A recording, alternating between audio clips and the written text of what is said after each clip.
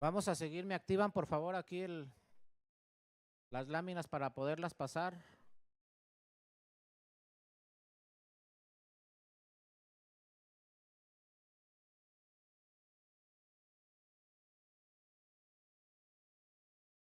¿Me pueden activar las láminas para poderlas pasar, por favor? Porque no. Ya vamos a entrar rápidamente a las causales de nulidad. Van a ver también cómo se ha desarrollado este tema de causales de nulidad. Pero, así acá está. Pero no, no quiere. No, sí está. Bueno, ahí va. Vamos a ver las causales de nulidad. Primero, diputadas y diputados, senadoras y senadores y presidente. Y luego vamos a ver algunas que se incorporaron después. Pero así muy rápido, porque si no, no vamos a terminar. Aquí está, ya lo vean, aquí era lo que les platicaba ayer. Ya como dice presidencia, ya esta fue la boleta 2018 con lenguaje incluyente, donde, bueno, ya se dice presidencia de los Estados Unidos mexicanos, porque estaba aquí pues una candidata independiente, acuérdense Margarita Zavala, ¿no? Y también, ¿por qué siempre está la figura de candidatos no registrados? ¿Cuentan los votos de los candidatos no registrados o no cuentan? ¿Sí cuentan para qué? ¿Pero luego sirven para alguna otra cosa?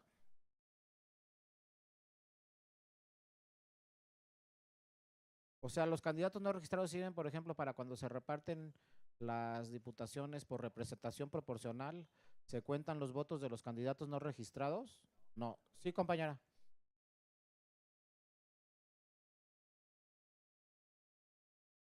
Se le resta el tema de no registrados y luego candidatos independientes y ya luego sacamos de todos los partidos cuántos votos tuvo cada uno para la repartición de RP. Obviamente en RP, que es otro tema, acuérdense, el que tenga más votos va a poder colocar más diputaciones de representación proporcional, ¿no?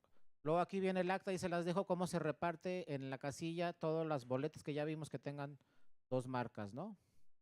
Y luego ya nos vamos a las causales de nulidad de elección. Primero la de diputados. ¿Cuándo se va a anular la elección de diputados? Cuando se acrediten por lo menos las causales que ya estudiamos en el 20% de las casillas del distrito. Pero este es el caso que les platiqué hace rato de Oaxaca, donde fíjense, solo se recibió el 76.5 de los paquetes, más del 20 no se recibieron, pero como fueron grupos violentos los que provocaron las irregularidades, a pesar de que se acreditó la causal de nulidad, el tribunal dice no se anula, porque los que cometieron las irregularidades no fueron ni los partidos, ni la ciudadanía, ni las autoridades electorales, sino son grupos externos que no pueden provocar así necesariamente con hechos violentos que se anula una elección. Ese es un caso muy interesante, porque todo el mundo dijo, no, pues ya se anuló porque ya encuadra en la causal de nulidad, pero el tribunal dijo, no, porque fue un grupo violento que no tiene nada que ver con el proceso electoral. Luego aquí no se instaló el 20% de la casilla, solo se instaló, en este caso solo se instaló 44.82 de las casillas. Y solo votó el 17% de la lista nominal, por lo tanto es el último caso donde también se acreditó claramente que no se instaló, no se instalaron más del 20% de las casillas y ahí se anuló también una elección. En este caso fue de ayuntamientos. Y cuando los dos integrantes de la fórmula resulten inelegibles, entonces también se puede anular una elección de diputadas o diputados federales. Acuérdense que cuando yo me registro como diputado federal, voy con un suplente. Si soy hombre, pues hombre. Si soy mujer, pues suplente mujer. Si yo no cumplo con los requisitos, entonces entra el suplente. ¿Ustedes creen que puede haber un caso donde no cumpla con los requisitos y tampoco el suplente?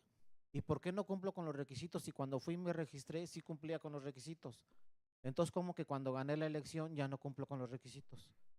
¿Qué puede pasar? Que me registré y sí cumplía y luego cuando gano ya no. Pueden pasar dos cosas. Cuando me registré, a lo mejor no cumplía, pero nadie impugnó. O también puede ser que me registré, impugnaron y de todos modos gané, pero después vino una causa posterior durante la campaña. y entonces ya no cumplo los requisitos. ¿Cuál puede ser la causa posterior de uno de la campaña? Exacto, me vinculan a proceso sin libertad bajo fianza y entonces ya soy inelegible. Pero fíjense, al tribunal ya nos llegó un caso que el propietario y el suplente, los dos inelegibles. ¿Saben qué pasó en Sonora? Es un hecho real, ¿eh? El suplente mató al propietario. Es cierto. ¿Y luego qué creen que pasó? Pues salió huyendo el suplente. Entonces no tuvieron ni propietario ni suplente. ¿Qué pasa cuando no hay propietario ni suplente? Según la legislación de cada estado, en algunos estados queda la vacante, en otros elección extraordinaria. En este caso de Sonora, la elección extraordinaria, ¿saben quién fue? La candidata, la esposa del candidato que mataron y ganó la elección. Entonces tengan cuidado siempre cuando vayan en una fórmula quién es su suplente, porque luego salga sorpresita. No, también nos llegó un caso al tribunal, donde ¿saben quién impugnó la elección? Eso. ¿Saben quién ganó la elección una vez? En diputados federales, que nos llegó al tribunal un caso, donde ¿saben quién le impugnó? El suplente. El suplente impugnó al propietario. Y el suplente dijo es que el propietario no cumple con tales requisitos. Llega al tribunal el caso y efectivamente el propietario no cumplía con tales requisitos y entonces el que entra es el suplente, impugnado por el suplente. Entonces, no crean esto que dice los dos inelegibles, pues sí hay casos donde los dos son inelegibles. En senadores es lo mismo, pero estamos hablando ya no de un distrito, estamos hablando de toda la entidad federativa. Cuando no se cuando se anulen el 20% de las casillas en el estado, se anula la elección. Cuando no se instala el 20% de las casillas en el estado, se anula la elección. Y esta tercera que está mal, porque dice cuando los dos integrantes de la fórmula sean inelegibles, se anula la elección, eso no puede ser. Porque a ver, aquí compiten en Tamaulipas la fórmula del PAN en el Senado de la República. Y entonces son inelegibles los dos, el propietario y el suplente. ¿Ya anulamos la elección de senadores? ¿Sí o no? Porque los dos son inelegibles. A ver, fíjense, compite el PAN con otros partidos. Gana el PAN y resulta inelegible el propietario y el suplente. Entonces, ¿qué hacemos? ¿Se anula la elección? No, pero ¿se anula esta elección o no? ¿Por qué no? El que diga que no, que me diga por qué. ¿Por qué no la podemos anular? La ley dice que sí, pero no se puede. A ver, ¿por qué no se puede? ¿Qué?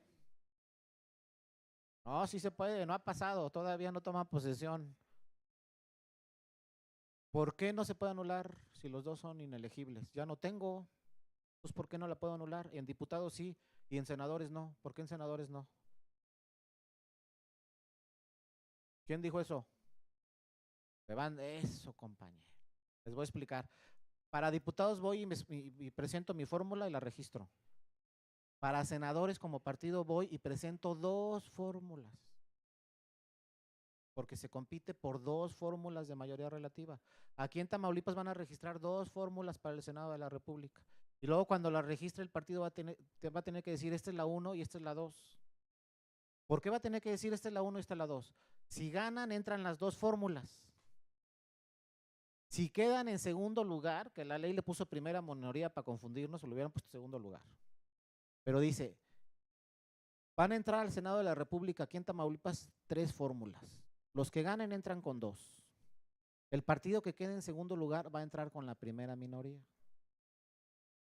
Entonces yo por eso cuando registran mi partido como partido, a mis candidatos como partido político, tengo que decir esta es la 1 y esta es la 2. Por en una de esas que quede en segundo lugar, va a entrar el que yo dije que es el 1 y el 2 pues ya no entró. Si gano, entra el 1 y el 2, ahí sí no hay ningún problema. Pero entonces si resulta inelegible el propietario y el suplente, por ejemplo, gana el PAN y resulta inelegible el propietario y el suplente de una fórmula, pero la otra fórmula son elegibles los dos, ¿por qué se va a anular la elección? No se puede. Y luego el segundo lugar va a decir, ¿y por qué van a anular la elección si yo también soy elegible? Entonces no se puede anular la elección, a pesar de que la ley dice que sí, pues no. Ahora, nunca se ha sucedido ese caso en senadores. La pregunta es si senadores gana las dos fórmulas y una de las dos fórmulas es inelegible el propietario y el suplente, ¿qué va a pasar ahí? Pues hay que esperar qué dicen los tribunales. Puede quedar la vacante en el Senado de esa fórmula, o quizá pueden decir, pues, no sé qué otro criterio se pueda tomar. A lo mejor el suplente de la otra fórmula se lo jalan para acá o queda. Yo lo que haría es dejar ya la vacante en el Senado, pues ni modo. Propietario y suplente son inelegibles y como no podemos irnos a extraordinaria porque ya ganaron otros, pues yo lo dejaría ahí vacante. Pero no ha sucedido, pero puede suceder. Luego, fíjense, tenemos una causal genérica para diputados y senadores. ¿Qué quiere decir causal genérica? Que no nos están diciendo, si pasa esto, se anula la elección. Causal genérica quiere decir que si hay una violación durante la jornada electoral, cualquier tipo de violación, está acreditada y es determinante, se anula la elección de diputados o senadores. Pero ¿cuál es el error aquí en esta causal a nivel federal? Vean que dice, se hayan cometido de manera generalizada violaciones sustanciales durante la jornada electoral. ¿Cuál es el error? ¿Ustedes qué le cambiarían a esto? Pues exacto, como dice la compañera. Debe decir, como lo dicen en algunos estados, se hayan cometido de manera generalizada violaciones sustanciales durante el proceso electoral. Porque si decimos en la jornada electoral, entonces pues que hagan lo que quieran en la preparación de la elección y en las campañas. Hay que ponerle aquí violaciones sustanciales durante el proceso electoral que sean plenamente acreditables, ¿no? Y determinantes. Y luego se creó, fíjense, ¿qué pasó en 2006? La elección presidencial. Pero en 2006 no había causales de nulidad de presidente. Estas se crearon en el 2007, 2008. Entonces, ¿por qué llegó un partido en el 2006, que ya conocen qué partido llegó en el 2006, a decir quiero que se anule la elección de presidente? Si no había causales de nulidad. Ustedes, si hubieran sido los abogados de ese partido, ¿con qué argumentos le llegan al tribunal? Oye, quiero que se anule la elección de presidente, porque el tribunal lo primero que podía contestar es, no hay causales de nulidad de presidente, solo senadores y diputados. ¿Saben lo que le dijo el partido al tribunal? Oye, como tú vas a hacer la declaración de validez de la elección de presidente, pues lo que quiero es que no la declares válida porque sucedieron todas estas. Y el tribunal dijo, no, pues voy a estudiar el asunto a ver si sucedieron todas esas. Pero de ser cierto, sí podría no declarar la validez de la elección. Y en su caso declarar que, pues la invalidez de la elección. Porque si yo tengo atribuciones para decir si es válida o no la elección, pues puedo decir que no es válida y entonces se declara inválida la elección.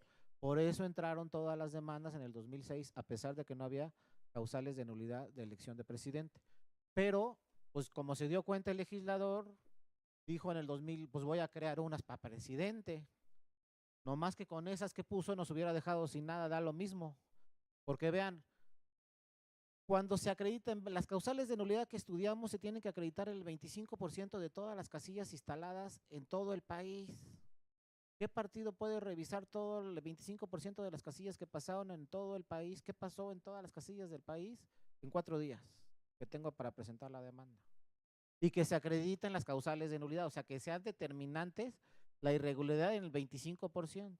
Luego, ¿cuándo se le ha pasado al INE o al IFE instalar el 25% de las casillas en el país? Manejan promedios de 99.9 no sé qué. Pues tampoco se ve viable ni esta ni esta. Y la tercera es la única que podría darse, que el candidato ganador resulta inelegible. Entonces sí, se anula la elección de presidente o presidente. Pero que sea inelegible el candidato ganador. Y entonces, bueno, después de estas causales, nace esta. Porque, a ver, sucedió en varios estados, pero en el primer estado que sucedió fue en Michoacán. De repente se utilizaron símbolos religiosos en una elección de presidente municipal, durante toda la elección, símbolos religiosos, católicos. Se demostró que el candidato era católico y se demostró que toda la ciudadanía en ese municipio era católica y utilizó símbolos religiosos. Entonces hubo como presión al electorado con símbolos religiosos. Pero no había ninguna causal de nulidad en la ley de Michoacán, ni tampoco en la federal. No había ninguna causal que dijera, si utiliza símbolos religiosos, entonces se anula la elección. No existían. Pero llegó el caso al Tribunal de Michoacán y luego al Tribunal Federal. ¿Qué hicieron estos tribunales? Dijeron, pues vamos a crear un nuevo criterio que no sea técnicamente una causal de nulidad, pero que se pueda revisar cualquier irregularidad que suceda en un proceso electoral. Y le puso así la Sala Superior: invalidez de una elección por violación a principios constitucionales que rigen los procesos electorales. Entonces, este criterio le abrió la puerta a todos los partidos que puedan ir a cualquier tribunal a impugnar cualquier irregularidad, esté como causal de nulidad o no. Símbolos religiosos, propaganda, lo que sea se puede impugnar ya ante el tribunal. Antes decía, no, pues no encuadra en ninguna causal, no puedes ir a impugnar. Ahora, aunque no encuadre ninguna causal, entonces le decimos invalidez de una elección por violación. Cualquier principio constitucional que ustedes vean que se vulnera en forma determinante en una elección, pues nos vamos con esta invalidez. Pero entonces luego cometían los errores los partidos que le pedían al tribunal: quiero que se anule la elección porque se utilizaron símbolos religiosos. Y técnicamente no está bien eso, porque ¿cómo que se anule si no hay causal de nulidad? Yo lo que le tengo que decir al tribunal es: quiero que se declare la invalidez de la elección porque se utilizaron símbolos religiosos y se vulneró el principio constitucional, separación iglesia-estado, por ejemplo. Claro, técnicamente no está bien, pero si digo quiero que se anule la elección por símbolos religiosos, yo como tribunal lo que voy a decir, lo que me está solicitando es declarar la invalidez de la elección por una violación a un principio constitucional. Y entonces lo tengo que estudiar. Es que antes se decía no lo estudies, y luego le dijeron al tribunal no creas, no puedes crear nuevas causales de nulidad. Pero de todos modos, después de que dijeron eso al tribunal, viene la reforma de 2007, no hay causales de nulidad nuevas, pero en el 2009 el tribunal insiste y vuelve a crear esta. Porque dice, yo soy un tribunal constitucional y si hay vulneración a la Constitución, tengo que revisar si fue determinante esa vulneración o no. Y nace este nuevo criterio donde vean, pues casi es como una causal de nulidad y todos estos principios, cualquiera de estos que se vulnere, puede ir a hacer valer esa causa de invalidez por violaciones constitucionales, y nos piden pues prácticamente los mismos requisitos para que se invalide una elección que se necesita: demostrarle al tribunal la violación de un principio constitucional, demostrarlo plenamente, también demostrar el grado de afectación al proceso electoral y que fue determinante. Hagan de cuenta que estamos leyendo una causal de nulidad, pero con otro nombre. También en la invalidez de una elección por violación a principios de la Constitución debe ser determinante. O sea, lo determinante nunca se les va a pasar. Tengo que acreditar que esa irregularidad afectó el resultado final. Imagínense, símbolos religiosos, no es nada sencillo que porque utilizó símbolos religiosos en la campaña, ya el resultado cambió en la elección. Yo le tengo que acreditar al tribunal con pruebas que el resultado cambió en la elección porque se utilizaron símbolos religiosos. Si no le acredito con pruebas evidentes, no se va a declarar la invalidez de la elección. Y luego, después de esta nueva causal o causa de invalidez, en el 2014 dijo el legislador y la legisladora, pues ahora las vamos a poner en la Constitución, porque todas las que leí están en la ley. Pero luego dijeron, no, es que ya se puede impugnar la ley, ya se puede decir que la ley es inconstitucional. Para que no haya problemas de impugnaciones, lo voy a poner en la Constitución. ¿Por qué en la Constitución? ¿Se puede impugnar la Constitución? Ya ven que podemos decir, esta ley es inconstitucional, este reglamento es inconstitucional o inconvencional, este acuerdo es inconstitucional, pero la Constitución, podemos decir, este artículo de la Constitución es inconstitucional y lo sacamos del sistema. No, exactamente, la única norma que no se puede impugnar es la Constitución. Nadie, ¿eh? No podemos ir ni a la Corte ni a ningún lado para modificar la Constitución. Entonces el legislador dijo, pues voy a poner estas causales en la Constitución para que no le muevan nada. Pero lo que sí pueden hacer los tribunales es interpretar la Constitución. No la pueden modificar, pero sí pueden interpretar qué quiere decir esta norma constitucional. Y vean lo que se creó: se crearon estas 3 nuevas causales de nulidad. Y dijo el legislador, va a aplicar en todos los estados y a nivel federal.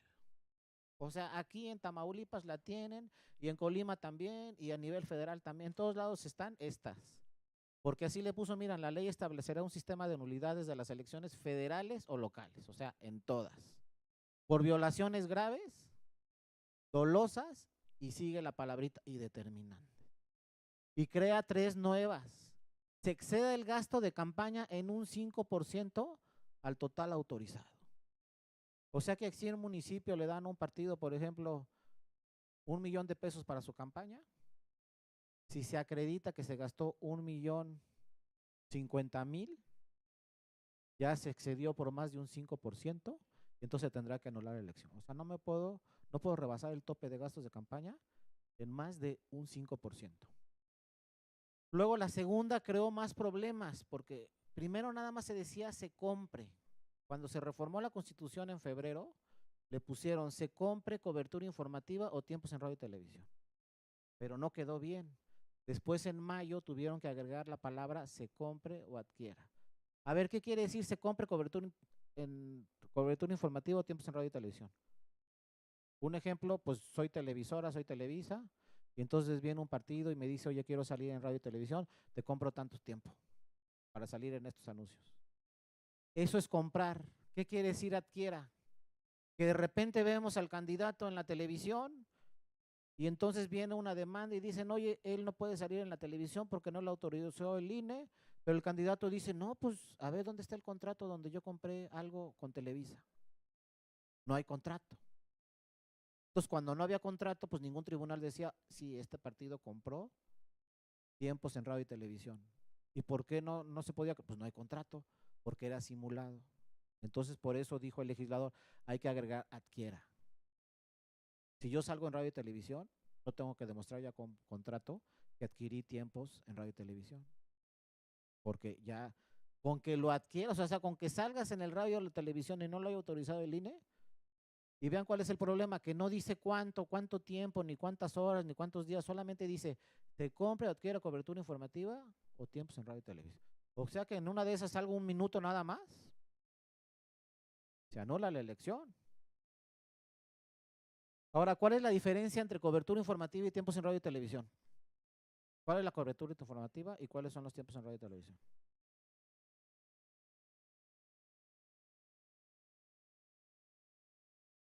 Exactamente, va por ahí. Cobertura informativa es la cobertura que me hacen a mí los medios de impugnación. O sea, llegan los periodistas y me dicen, oye, quiero que salgas en mi noticiero a las 10 de la noche. Eso es cobertura informativa. Quiero que salgas en el radio a las 6 de la tarde. Eso es cobertura informativa. Tiempos en radio y televisión es lo que yo le solicito a los medios. Quiero salir 3 minutos en un anuncio a las 10:30 de la noche, que son el tiempo más importante. Eso es tiempos en radio y televisión. Entonces, cobertura es la que me hacen los periodistas. A mí me invitan a sus programas. Tiempos es lo que yo busco para salir en la televisión. Ahora, por ejemplo, si yo soy candidato a la gobernatura aquí de Tamaulipas, ¿puedo ir a un noticiero o no? ¿Y no es cobertura informativa?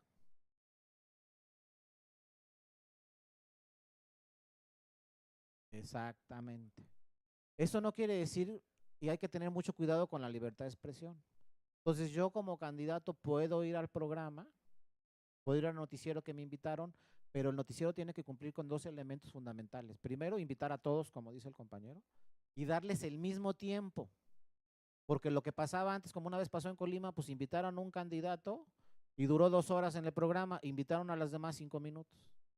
Y al que duró 2 horas le preguntaron bien papita y a los de 5 minutos 2 preguntas mortales. Entonces no se dice, debe haber equidad. Entonces, si va a venir uno, tienen que venir todos. Las mismas preguntas y el mismo tiempo, para que no se vea que hay una cobertura indebida en radios, pero sí tienen derecho todos los candidatos a acudir al radio y la televisión. Sí, compañero.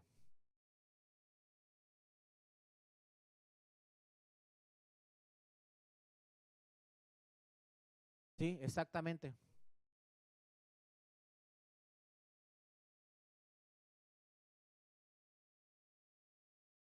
A eso se refiere la causal.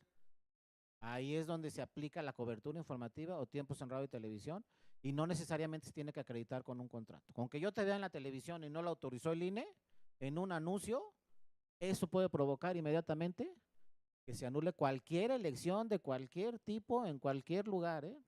Porque dice federales y locales. Y luego la tercera, se reciban o utilicen recursos de procedencia ilícita o recursos públicos en la campaña. Vean cómo tampoco dice cuánto.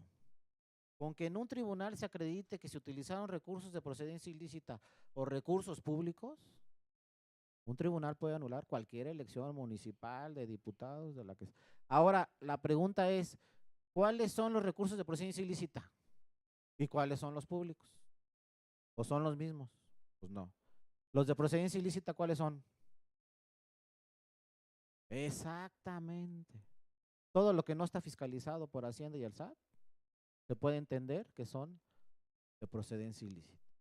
Porque todo lo que tenemos en este México de nosotros, pues todo lo tenemos que declarar. Lo que no está declarado, ya se puede presumir que es de procedencia ilícita.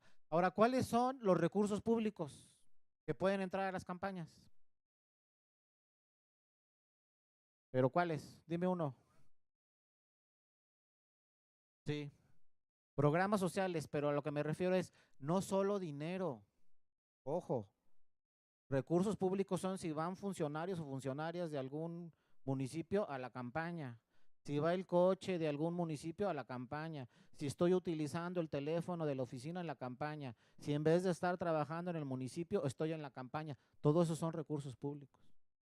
Si voy en el autobús del gobernador a una campaña, pues el autobús del gobernador son recursos públicos. Y vean cómo no dice cuántos recursos públicos. A lo mejor yo llego en el autobús del gobernador y pues hubo recursos públicos en la campaña y decide el tribunal que se anula la elección. Entonces, ojo con estas tres nuevas causales. Están en la Constitución, nada de que les cambiamos, no les podemos cambiar nada. Nada de que son inconstitucionales tampoco. Están en la Constitución y aplican para todas las elecciones. Y aquí es donde se remata con esto. Vean aquí como dice, esas tres causales, dichas violaciones se deberán acreditarse de manera objetiva y material. Se presumirá que las violaciones son determinantes cuando la diferencia entre el primero y segundo lugar sea menor a un 5%. Aquí ya no me gustó nada. ¿Por qué pusieron eso? O sea, solo se va a anular la elección cuando la diferencia del primero y segundo lugar sea menor a un 5%. ¿Qué mensaje estamos mandando a los partidos? Ah, pues nomás gana por más de un 5 y ya no se acreditan. Pero el tribunal no dice eso, ¿eh? Ya llegará algún caso donde el tribunal pueda decir, no, pues sabes que aquí se rebasó el 10%, pero se acredita esta irregularidad, es grave y determinante. Aquí yo creo que se le fue al legislador, no tenía que haber puesto que sea menor a un 5%. Porque estábamos manejando, pues gana por un 6% y ya no. Mejor no hubieran puesto porcentaje. Que el tribunal revise si es determinante o no, pero se puso el porcentaje que sea menor al 5%. Y luego, en caso de nulidad de elección, se convocará una elección extraordinaria, fíjense, en la que no podrá participar la persona sancionada. No es como antes, pues que se anula la elección, me voy a una extraordinaria y vuelvo a ganar, como sucedía muchas veces. Ahora, si se anula la elección, me voy a una extraordinaria, pero la persona sancionada, o sea, la que provocó la irregularidad para que se anulara, no podrá participar. Pues ya no es igual. Ahora sí el candidato que ganó la elección y luego se la anularon, ya no podrá participar en la extraordinaria. El partido tendrá que buscar otro candidato o candidata. Sí, por ahí hay una pregunta, sí, compañero. Y ahorita y luego la magistrada y luego que sí.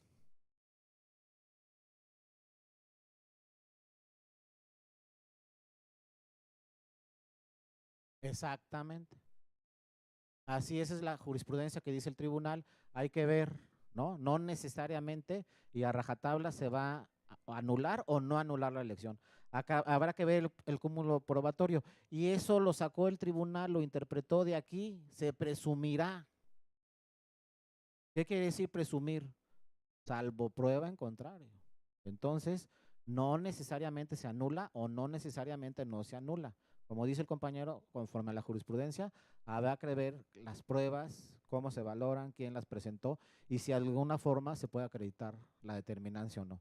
O sea, no es a rajatabla. Lo que dijo el tribunal en su interpretación es, se presume, dice la Constitución, entonces yo tengo que revisar si se actualiza o no la causal de nulidad.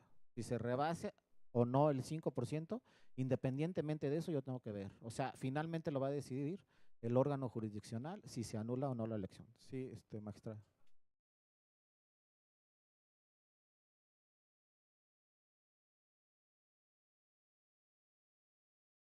Mm.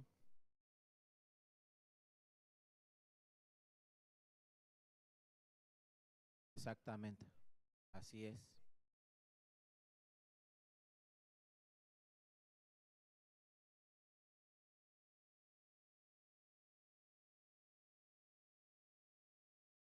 Sí, al 5%, exactamente.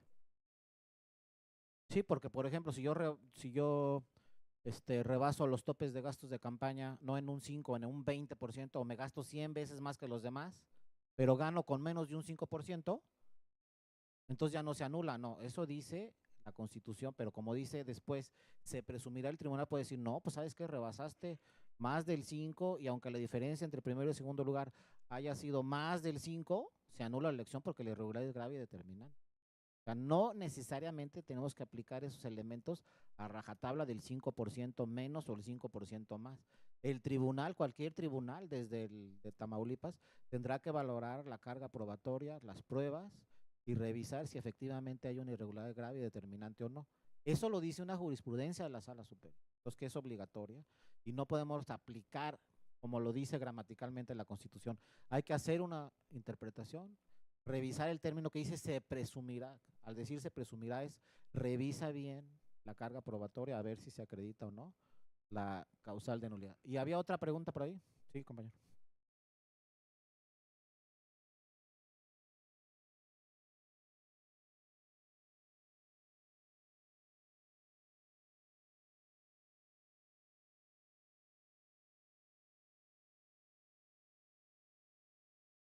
Ajá, ¿y fue la que impugnó? Ah,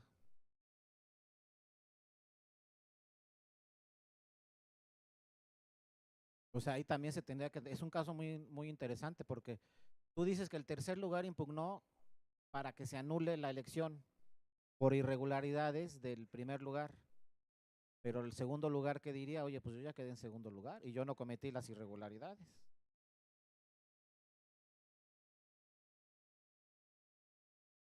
No, pues muy buen punto que no se ha presentado, pero se puede presentar.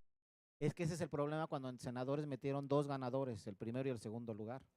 A lo mejor todos quieren que se anule para que se caiga el primer lugar, pero el segundo siempre va a decir, oye, yo quedé en segundo y yo no cometí la irregularidad y me estás anulando a mí también la elección, donde yo no hice nada.